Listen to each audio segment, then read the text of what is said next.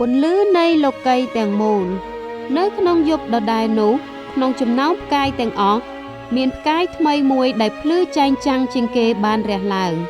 ក្នុងចំណោមផ្កាយទាំងអស់ដែលស្ថិតនៅលើមេឃមានតែផ្កាយមួយនោះទេដែលមានពន្លឺច្បាស់ជាងគេវាបានបញ្ចាំងរស្មីយ៉ាងខ្លាំងនិងភ្លឺចាំងចៃនៅយប់នោះធ្វើឲ្យផ្កាយដទៃទៀតដែលនៅក្បែរនោះមើលទៅមានពន្លឺព្រឹមទៅវិញព្រះជាម្ចាស់បានដាក់ផ្កាយនេះនៅត្រង់កន្លែងហ្នឹងក្នុងពេលដែលបុត្រារបស់ព្រះអង្គបានប្រសូតមកដើម្បីឲ្យមានពន្លឺបញ្ចាំងរស្មីមកលើបុត្រនិងបំភ្លឺទីងងឹតដើម្បីបង្ហាញមនុស្សឲ្យឃើញផ្លូវចូលទៅឯទ្រង់អ្នកឃើញទេព្រះអង្គគឺដូចជាឪពុកម្នាក់ទ្រង់មិនដែលលាក់ដំណឹងល្អនេះសម្រាប់តែខ្លួនព្រះអង្គនោះទេព្រះអង្គបានរងចាំឲ្យការនេះកើតឡើងអស់ជាច្រើនឆ្នាំមកហើយឥឡូវនេះព្រះអង្គចង់ប្រាប់ដល់មនុស្សគ្រប់គ្នាឲ្យដឹងដូច្នេះព្រះអង្គក៏បានធ្វើយ៉ាងពេញទីព្រះអង្គបានបញ្ជូនទេវតាមកប្រាប់នាងម៉ារីពីដំណឹងល្អព្រះអង្គទ្រង់បានដាក់ផ្កាយពិសេសមួយនៅលើមេឃដើម្បីបង្ហាញឲ្យដឹងថាព្រះរាជបុត្រាទ្រង់នៅឯណាហើយឥឡូវនេះព្រះអង្គនឹងបញ្ជូនពួកទេវតាឲ្យមកច្រៀងចម្រៀងសប្បាយរីករាយរបស់ព្រះអង្គដល់លោកី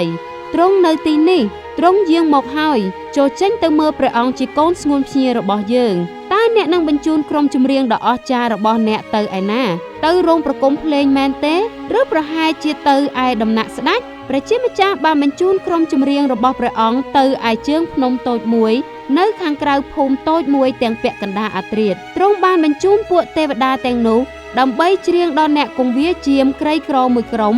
ដែលនៅចាំទ្វារជាមខាងក្រៅភូមិបេតលេហឹមចូលនឹកចាំថាក្នុងសម័យនោះមនុស្សទាំងឡាយតែងតែនាំគ្នាសោកចំអកដាក់ពួកអ្នកគង្វាលជាមហើយនិយាយថាគេមានក្លិនអាក្រក់ហើយដាក់រហស្សនាមមិនល្អឲ្យពួកគេផងតែខ្ញុំនឹងមិនរៀបរាប់នៅក្នុងទីនេះទេ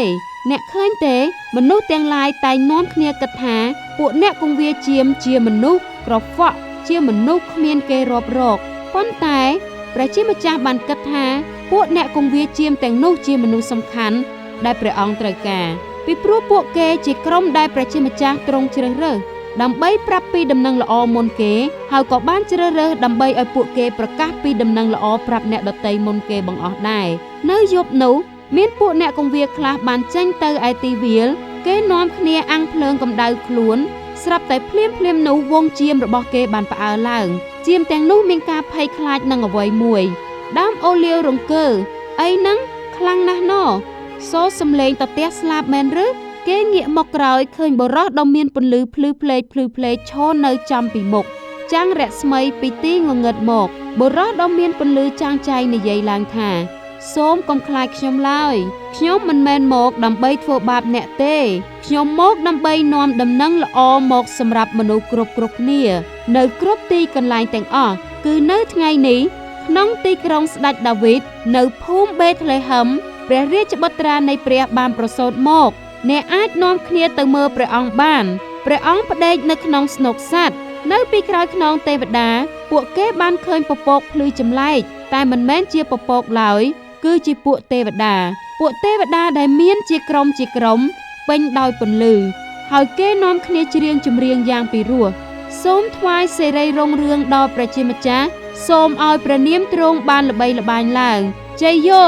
សូមឲ្យទ្រង់បានកើនឡើងបន្ទាប់ពីបានលេចឡើងមួយរំពេចហើយនោះពួកទេវតាក៏បានត្រឡប់ទៅវិញពួកអ្នកគង្វាលជាមនាំគ្នាពន្លត់ភ្នក់ភ្លើងហើយទុកហ្វូងឈាមរបស់ខ្លួនចោលរួចនាំគ្នារត់ចុះពីលើភ្នំកាត់វាលស្មៅឆ្លងកាត់ខ្លោងទ្វារភូមិបេតលេហឹមឆ្លងកាត់ផ្លូវតូចចង្អៀតកាត់តាមទីធ្លាភូមិចុះតាមកាំជណ្ដើរមួយកាំឆ្លងកាត់តាមផ្ទះសំណាក់បត់តាមជ្រុងផ្លូវកាត់តាមដប់ទីបំផុតពួកគេក៏បានទៅដល់ក្រៅសัตว์បាក់បែកពួកគេទាំងនោះហត់ដង្ហក់តែគេខំនៅស្ងាត់ស្ងៀមរួចដើរលបចូលទៅក្នុងពួកគេបានលុតជង្គង់នៅលើដីពួកគេបានឮអំពីសេចក្តីសន្យាពីទារកនេះហើយឥឡូវនេះទ្រង់បានមកដល់មែនទ្រង់ជាបុត្រនៃព្រះអម្ចាស់សួគ៌គឺជាអ្នកបង្កើតវងផ្កាយជាទារកដែលកំពុងតែផ្ទុំលក់នៅលើដៃមេដាទ្រង់ទារកនេះនឹងបានដូចជាផ្កាយដ៏ភ្លឺត្រចះត្រចង់ចាំងរស្មី